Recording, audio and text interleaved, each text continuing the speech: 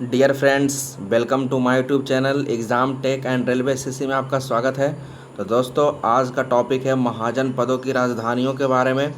ठीक है दोस्तों, तो आज हम लोग करीब 16 महाजन पदों की राजधानियों के ट्रिक के माध्यम से याद करने की कोशिश करेंगे।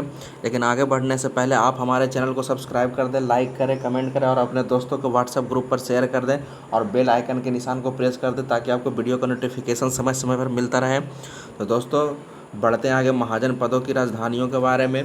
देखिए दोस्तों, एक चीज़ आप ख्याल रखिएगा कि जो ये महाजन पद जो है दोस्तों, ठीक है, ये आपका छठी शताब्दी है ना, छठी शताब्दी में ये सब आया था, छठी शताब्दी में। और ये भी कहा जाता है कि महाजन पदों का जो जानकारी जो मिलता है वो एक बुक में मिलता है दोस्तों। उसका नाम है, उसका मैं नाम लिख देता हूँ यहाँ पर, उसका नाम है अंगुत्तर निकाय। ठीक है, ये बहुत बार क्वेश्चन पूछा हुआ है, अंगुत्तर निकाय। ठीक है, अंगुत्तर निकाय।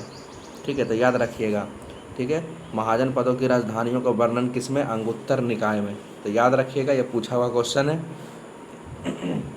चलिए नेक्स्ट आगे बढ़ते हैं। आगे क्या है, ध्यान दीजिए। देखिए दोस्तों, एक तरफ है महाजन पद और दूसरी तरफ है राजधानी। ठीक है, तो बढ़ते हैं आगे, क्या है देखिए, ध्यान दीजिए। पहला क्या है, अंग। तो अंग की राजधानी चंपा। ठीक है, अंग की राजधानी कहाँ है? चंपा। तो देखिए, आप इसे कैसे याद रखिएगा कि अंग का राजधानी चंपा हम याद रखें। तो आप जब अंग को इस तरीक़ा से देखते हो दोस्तों, आ के ऊपर क्या है, बिंदु रखा हुआ है। इधर देखिए ना, चा के ऊपर भी बिंदु ही है। ठीक है, तो इस तरीक़ा से आप कोरिलेट कर सकते हैं कि अंग की राजधानी कहाँ है, तो चंपा है। नेक्स्ट बढ़िए आगे। आगे ध्यान दीजिए दोस्तों, इसका ट्रिक बताने की ज़रूरत नहीं है, बहुत ही फेमस है। बहुत सारे राजवंशों ने इस पर शासन भी किया। मगध है ना, मगध जो भी है बिहार के एरिया में पड़ता था, बिहार राजगिर के एरिया में पड़ता था। ठीक है, गया के एरिया में पड़ता था। ठीक है, तो मगध की राजधानी कहाँ है? गिरिब्रज या राजगृह। ठीक है, राजगृह को आज आधुनिक नाम राजगिर भी बोलते हैं दोस्तों, राजगिर। ठीक है, आज आधुनिक नाम इसका क्या बोलते हैं? राजगिर भी कहा जाता है। तो आप याद रखिएगा कि मगध की राजधानी कहाँ है? गिरिब्रज या राजगृह। ठीक है, बहुत सारे राजवंशों ने इस पर शासन किया था। ठीक है, तो मौर्य वंश जो था, तो मौर्य वंश भी मगध पर ही शासन किया था। नंद वंश जो है वो मगध पर ही शासन किया था। तो ये कुछ प्रमुख वंश थे। नेक्स्ट आगे बढ़िए। आगे क्या है? आगे है काशी। तो काशी का क्या हो जाएगा?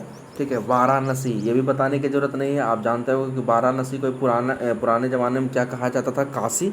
तो काशी वाराणसी। ठीक है, काशी वाराणसी हो जाएगा। ठीक है, चलिए नेक्स्ट आगे बढ़ते हैं। देखिए, आगे है वत्स। तो वत्स की राजधानी कहाँ है? वैशाली, विदेह, मिथिला। ठीक है, तो देखिए दोस्तों, वत्स में वाह एक लेटर आया होगा, तो आप समझ सकते हो कि वैशाली में भी वाह है, विदेह में भी वाह है। तो इस तरीक़े से आप कोरिलेट कर सकते हो कि वत्स, तो वत्स की राजधानी कहाँ है? वैशाली है, विदेह है, मिथिला है। ठीक है, चलिए नेक्स्ट आगे बढ़िए। आगे क्या है? कौशल। तो कौशल की राजधानी श्रावस्ती। ठीक है, आपने अगर बौद्ध धर्म पढ़ा होगा तो इसमें कौशल कौशल कौशल नहीं दोस्तों, कौशल ऐसे लिखाता है, कौशल। ठीक है, कौशल लिखाता है। तो आपने अगर ये पढ़ा होगा दोस्तों बौद्ध धर्म के बारे में, तो उसमें कौशल के बारे में चर्चा बहुत बार आया होगा। ठीक है, तो आपको याद होगा कि कौशल की राजधानी कहाँ है, तो श्रावस्ती है। तो आपको याद रखना है कि कौशल की राजधानी श्रावस्ती। ठीक है, चलिए नेक्स्ट आगे बढ़ते हैं। आगे क्या है? आगे है अवंती।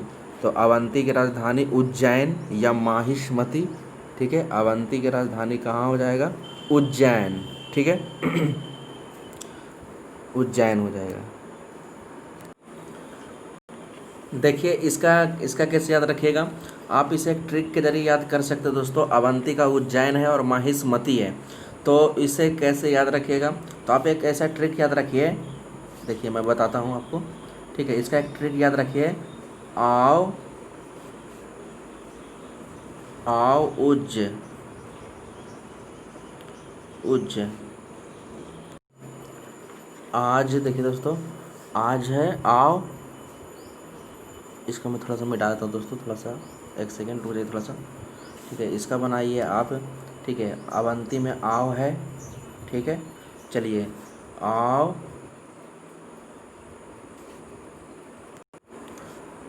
आव जैन माँ, आव जैन माँ। ठीक है, कौन माँ? तो जैन माँ। ठीक है, तो आव से हो गया अवंती, जैन से उज्जैन, माँ से माहिष्मति। तो आव जैन माँ, कौन कौन माँ? तो जैन माँ।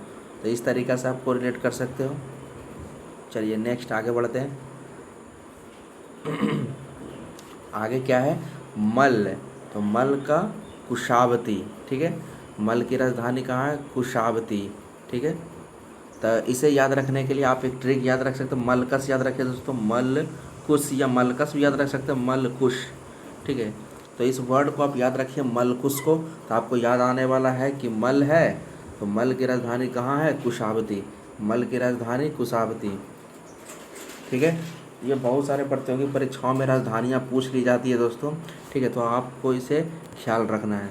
चलिए नेक्स्ट आगे बढ़ते हैं। आगे आगे क्या है? आगे है पांचाल। ठीक है, तो पांचाल की राजधानी अहिछत्र और काम्पिल्य। ये काम्पिल्य थोड़ा सा गलती लिखा हुआ है दोस्तों, काम्पिल्य इस तरीके से लिख लीजिएगा, काम्पिल्य। ये देखिए मैं यहाँ लिख देता हूँ। ठीक है, काम्पिल्य ऐसे लिखाता है, तो याद रखिएगा यहाँ पर कि पांचाल की राजधानी कहाँ हो जाएगा? अहिछत्र और काम्पिल्य। आपने अगर महाभारत देखा होगा दोस्तों, जो नया वाला महाभारत, जब चाहे आप कोई भी महाभारत देखिए तो उसमें पांचाल, ठीक है, पांचाल का चर्चा किया होगा ना, अब बार बार बोला जाता था उसमें अहिछत्र, अहिछत्र बोला जाता, काम्पिल्य कहा जाता था। अगर आपने महाभारत देखा होगा, ये हाल ही फिलहाल में 2014 में जो महाभारत आया होगा तो आपको पता होगा, तो वहाँ पर पंचाल का चर्चा करता है, तो पंचाल की राजधानी कहाँ हो जाएगा? अहिछत्र और काम्पिल्य।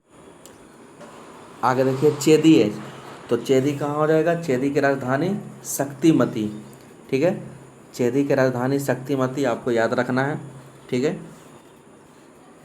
चलिए नेक्स्ट आगे बढ़ते हैं। आगे क्या है? कुरु। तो कुरु की राजधानी इंद्रप्रस्थ। ठीक है, कुरु की राजधानी कहाँ हो जाएगा? इंद्रप्रस्थ। अब इसे कैसे याद रखिएगा? तो देखिए दोस्तों, आपने महाभारत देखा होगा तो उसमें कुरु वंश कहा जाता था, पांडव और कौरव मिलाकर मतलब पूरा को कहा जाता था कुरु वंश। ठीक है, और जब पांडवों को पांडवों को जब आधा हिस्सा देने की बात आई थी, तो उन्होंने किसका चुनाव किया था? एक गांव का चुनाव, एक जगह का चुनाव किया था, जिसका नाम था खांडवप्रस्थ, है ना। उसका नाम था शुरुआत में खांडवप्रस्थ। ठीक है, और वही चलकर आगे चलकर इंद्रप्रस्थ कहलाया। ठीक है, तो आपको याद रखना, कुरु से आपको याद आने वाला है, क्या चीज़ याद आने वाला है? तो इंद्रप्रस्थ। ठीक है, तो इंद्रप्रस्थ हो जाएगा दोस्तों। ठीक है, क्या हो जाएगा? इंद्रप्रस्थ। तो कुरु यानी इंद्रप्रस्थ। चलिए नेक्स्ट आगे बढ़ते हैं। आगे क्या है?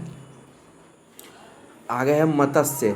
तो मत्स्य का क्या हो जाएगा? विराट नगर। ठीक है, मत्स्य का क्या हो जाएगा? विराट नगर। तो इसे कैसे याद रखिएगा? तो इसे याद रखने के लिए, मत्स्य मतलब क्या होता है? मछली। तो आप आप व्हेल मछली का नाम सुने होंगे, तो व्हेल यहाँ पर करिए, व्हेल मछली। तो व्हेल मछली कैसा होता है? तो विराट होता है, मतलब विराट मतलब बड़ा होता है। ठीक है, तो मत्स्य यानी मत्स्य कहने का मतलब, और व्हेल मछली समझिएगा, व्हेल मछली तो खैर वो है नहीं दोस्तों, हकीकत में वो मछली नहीं है। ठीक है, तो मत्स्य यानी व्हेल आप समझिएगा, और वो कैसा होता है? तो विराट होता है। ठीक है, बहुत बड़ा होता है। तो इस तरीक़ा से आप कोरिलेट कर सकते हो। ठीक है, नेक्स्ट आगे बढ़ते हैं। आगे क्या है? आगे है कंपोज। तो कंपोज कहाँ हो जाएगा? हाटक। कंपोज का हाटक। तो आप इस तरीक़ा से कोरिलेट करिए। आपने म्यूज़िक कंपोज का नाम सुना होगा ना, म्यूजिक को कंपोज किया जाता है, म्यूजिक को क्या किया जाता है? कंपोज। ठीक है, तो मान लेते हैं कि स्टोरी के माध्यम से थोड़ा सा समझते हैं। ठीक है, मान लेते हैं कि गायक जो कंपोज करने वाले जो कंपोज़र जो होते हैं, तो वहाँ पर 2-3 कंपोज़र हैं, और वो बोल रहे हैं कि नहीं मैं करूँगा, वो बोल रहे हैं एक दूसरे को नहीं मैं करूँगा, तो वो एक दूसरे को बोल रहे हैं हट मैं करूँगा, हट मैं करूँगा। ठीक है, तो म्यूजिक कंपोज करने की बारी आई तो सब एक दूसरा से बोल रहे हैं कि हट मैं करूँगा, हट मैं करूँगा। ठीक है, तो इस तरीके से आप याद रख सकते हो कि कंपोज की राजधानी हाटक हो जाएगा। कंपोज की राजधानी हाटक, कंपोज की राजधानी हाटक। ठीक है, तो कोई दिक्कत वाली बात नहीं। नेक्स्ट आगे बढ़ते हैं। आगे क्या है? ध्यान दीजिए। आगे आगे है सूरसेन। ठीक है, सूरसेन। तो सूरसेन की राजधानी मथुरा। देखिए सूर में एक शू को पकड़िए, शू। ठीक है, इधर मथुरा में थू।